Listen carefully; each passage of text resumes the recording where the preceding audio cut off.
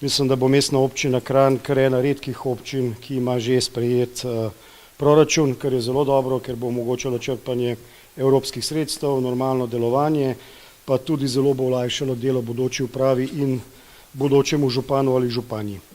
Naj naštejem samo nekaj glavnih projektov iz proračuna, tistih večjih investicijskih. Torej, največji del ostaja komunalna infrastruktura na področju Britofa, Predoselj in Mlake v skupni vrednosti 14 milijonov evrov. Zelo veliko je namenjeno za širitev kolesarskih stez, trajnostna mobilnost se v Kranju lepo razvija. Sedaj, ko imamo izpostavljen največji sistem izposoje, električni sistem izposoje koles v Sloveniji, bomo okrog 3 milijone 650 tisoč evrov namenili širitvi kolesarske mreže v Kranju in okolici.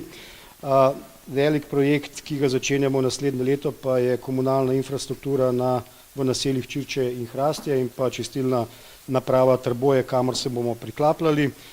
Komunalna infrastruktura je vredna, oziroma projekt je ocenjen na 10 milijonov evrov. Bomo ga pa financirali delno iz sofinanciarskih sredstev iz dogovora za razvoj regij.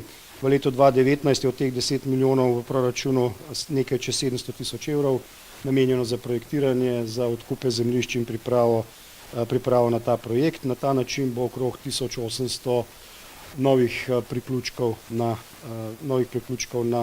kanalizacijo v Kranju. Potem velik projekt rekonstrukcija Savske ceste, od Smledniške ceste do Savske Loke.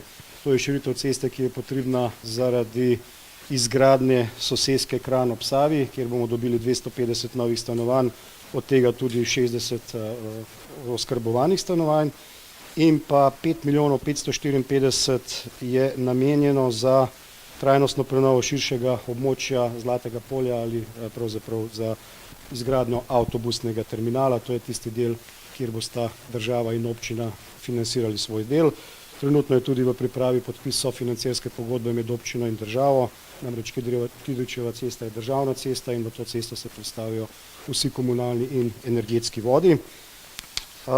Še zelo pomemben projekt, ki ga pa Mavčani že dolgo čakajo, rekonstrukcija ceste Breg-Mavčiče v skupni vrednosti 4,4 milijona evrov. Bomo pa tudi, mogoče taka zanimiva, zaprli zahodno stran gledališča Kizlštajn, ki je sicer zelo lepa, vendar v času deževja ali vetra je nemogoče izvajati tam program.